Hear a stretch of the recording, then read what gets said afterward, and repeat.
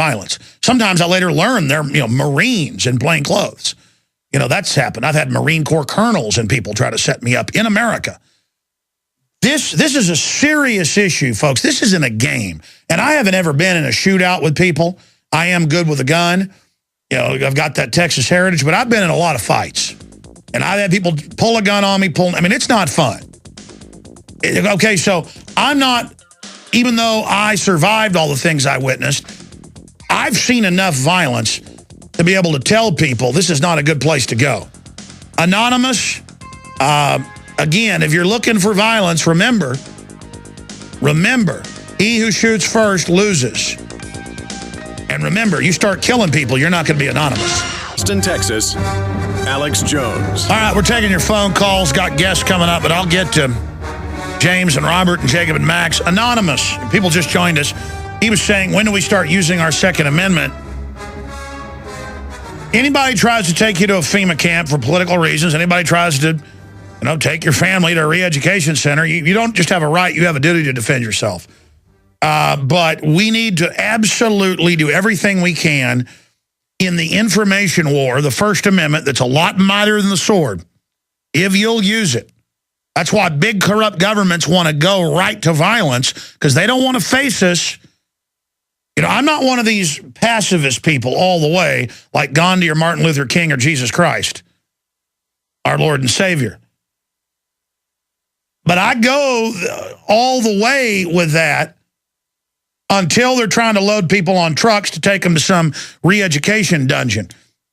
But it's not with pleasure that I talk about things like that.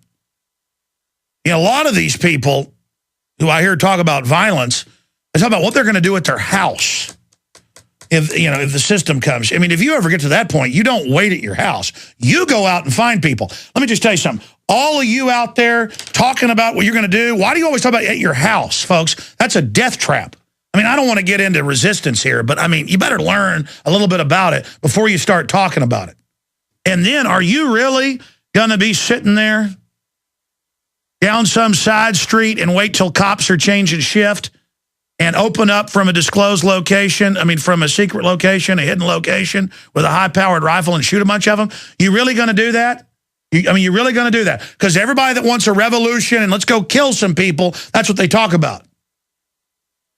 And you know what will happen if that starts? The police are all going to pull back. They're all going to pull back to armored keeps, and the power is just going to be shut off. That's the system's plan. And then everything's going to start disintegrating, and then they're going to plan to have everybody roll out after that. And bring in military, you name it, and it is not a pretty picture. Let me tell you the answer. The answer is identify the globalists, the real enemies, the crimes they've committed, the big bankers openly dealing drugs, running the aircraft, running all the other stuff. Identify who's doing all this and watch their agenda unfold and just sit back and just take it. That's going to beat these people. And don't worry. Those of you that want a shooting war, the globalists are going to start it way before then. They're not going to let us win so easily. They're not going to let us win so easily. We've got to take the punishment in front of everybody. We've got to let them burn down the Alamo, burn down Waco. That's what it's all about, ladies and gentlemen. Some of us have got to stand there and let them kill us if they want to.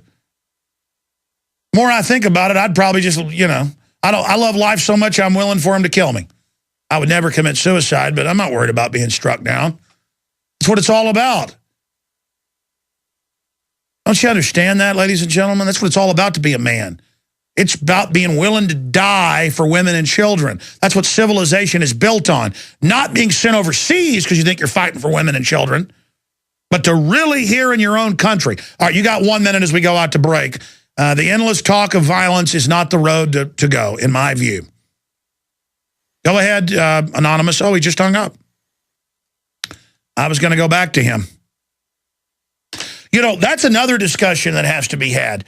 The globalists want to wall themselves off behind these national security infrastructures and then send out their drones and their police and their robots against us. And that's the real danger. But you do not hurt the New World Order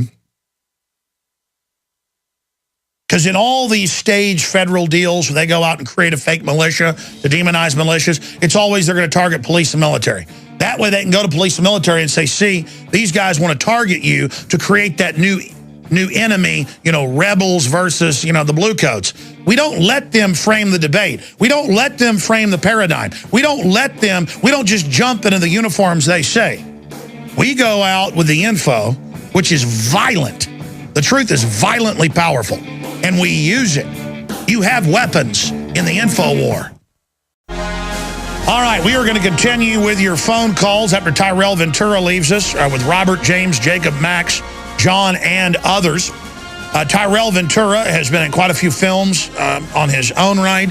He's produced television shows. He's done camera work, producing, and also starring in the 3rd edition of Jesse Ventura's Conspiracy Theory with Sean Stone.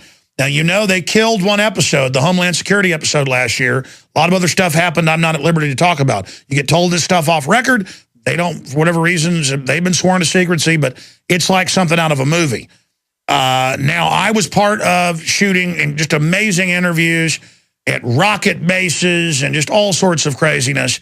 Really powerful new season coming out. Jesse Ventura, when he was on a month ago, says 50-50 whether it's ever going to air. I've talked to some of the folks involved. Tyrel Ventura thinks it will come out, but generally it airs a few months after it's done. It should have been out in like January or February. It hasn't come out. So we'll ask him about that. Also the LIBOR scandal. But out of the gates here, Tyrel, I just had a caller on earlier who was saying, when do we start using our Second Amendment? When do we start, going after the government? And sure, the government sold us out. It's legalizing illegal aliens. It's giving trillions to foreign banks. It's arming against us with 450 million rounds of ammo and all the rest of it and preparing for civil unrest. But the issue is that in my experience, he who shoots first loses. The pen is mightier than the sword. That's why they want to curtail the internet right now. That's why they banned that police state episode that I worked on with you that was so powerful. That they're afraid of info. Tyrel Ventura, what do you say to that? I agree completely. The truth will always, the truth is stronger than violence. You can't, like you said, firing the first shot or being violent in any way towards the government, that's not going to solve the problem. They want us, for us people out here who are searching to get the truth out into the public sphere and get people awake to what's really going on in the world. If we start shooting up places or blowing up buildings and things like that, that takes away any credibility to anything that we're doing, because violence does not solve problems. Violence is an easy out. That's the easy thing to do. And you know what? It doesn't work. Defending yourself is one thing, but outright violence is ludicrous. It's insane. It's stupid. It doesn't solve the problem. It does not solve the problem, and it doesn't garner sympathy. What you want people on your side. You don't want people scared of you. Well, that's why the globalists staged Oklahoma City. That's why they staged this Aurora thing. It's got all the telltale signs over the top. They want to have the moral authority. They don't have it. They've got a 9% approval rating. I mean, I even saw the cover of Time magazine where they said how guns won, why Americans have turned against gun control. Because we understand that criminals are going to have guns regardless. We need them to protect ourselves. Tyrel, I want to continue along that line, looking at the television show. Give us the latest on that. Well, basically, with the television show, we're finishing up the editing process. It got, we got a little slowed up earlier this year, which caused a delay in the editing and the post-production of the work that we're doing. But it's moving along, and I think the show will be on this year. I've received no word that it isn't. The delays are just production delays. There's nothing scary or Machiavellian going on or anything, kind of behind the scenes. It's not that. It's just kind of standard things that happen that you don't want to happen in production, but they do. And so it just got slowed up, Sure, I understand you're putting a good face on it, but I hope it airs because I'm in it and it's important, and I want to see all these episodes that I'm not in. I want to know. Great topics this year. We got some really great topics and things like that. It's just the magic of making television or in production is that anything can and will happen, and sometimes we do get slowed up and then things of that nature. I have a strong feeling it'll be on this year. You know, at the end of the day, you know, we're still spending money on making the show. So as long as we're still spending money on making the show, the chances that it'll be on the air are that much higher. Well, I tend to agree with you, because I mean, let's just tell folks what happened. It's not a secret. Jesse's talked about it. Your father's talked about it, Governor Ventura. It was shot and done, and they got a new person over the company, and they said, okay, we want it all redone. And now that's been going on for 6 months. And now, sure, they wouldn't be doing that if they weren't going to release it. My concern is, what direction have they taken it in now that they changed it? Oh, the direction that it's been taken in is nothing that radically different from what it was before. What happens in production is that you have a group of we get together and say, okay, here's the shows that we're going to do. We go with the network and all of that, and then we go through Jesse and we decide what the shows are. We set out to do those shows with our liaison from the network and things like that, which is a normal part of any television production. Certain things happen that, basically that, beyond our control, people move on, take different jobs. So we got to reassign another liaison. But that person came in very late in the game. And that person has their views of what how to kind of structure the storylines of the show, not in the sense of like restructuring the facts of the show or anything like that, but just, what interview goes where and what place, that kind of thing. And so in redoing that, because we'd already shot everything, we had to kind of restructure all of that. And when you do that at any time, it just takes more time and energy, and editing takes a long time. Anybody who's been in production knows this, that when you're editing something, if you have one script and then, that sequence of events gets changed or altered, you got to go back in and recut and retool and do all that. And, we have 8 shows, so it's a lot of work, and it's a lot of editors working long hours and things like that. And, these things happen. Like I said, in my time with it, I've never once felt any kind of, it was never about any kind of censorship or, these shows are too hot to handle or anything like that. It was purely just, restructuring on organizational levels and in production, just these changes happen, and then you're kind of waiting like, well, what's going to happen next? When do we get the new set of notes in? And, that kind of thing. But it's, but it's plugging along, and we're finishing up, and then, hopefully I would hope that at some point this fall, the show will be on. I don't know exact dates or anything. No, I tend to think you're right. Sure, I tend to think you're right. I mean, obviously, if they're just re-editing it and wanted to go in another direction, that does take a lot of time. So they haven't killed it. Normally, they would just say, that's it, we're doing nothing with it. So very exciting.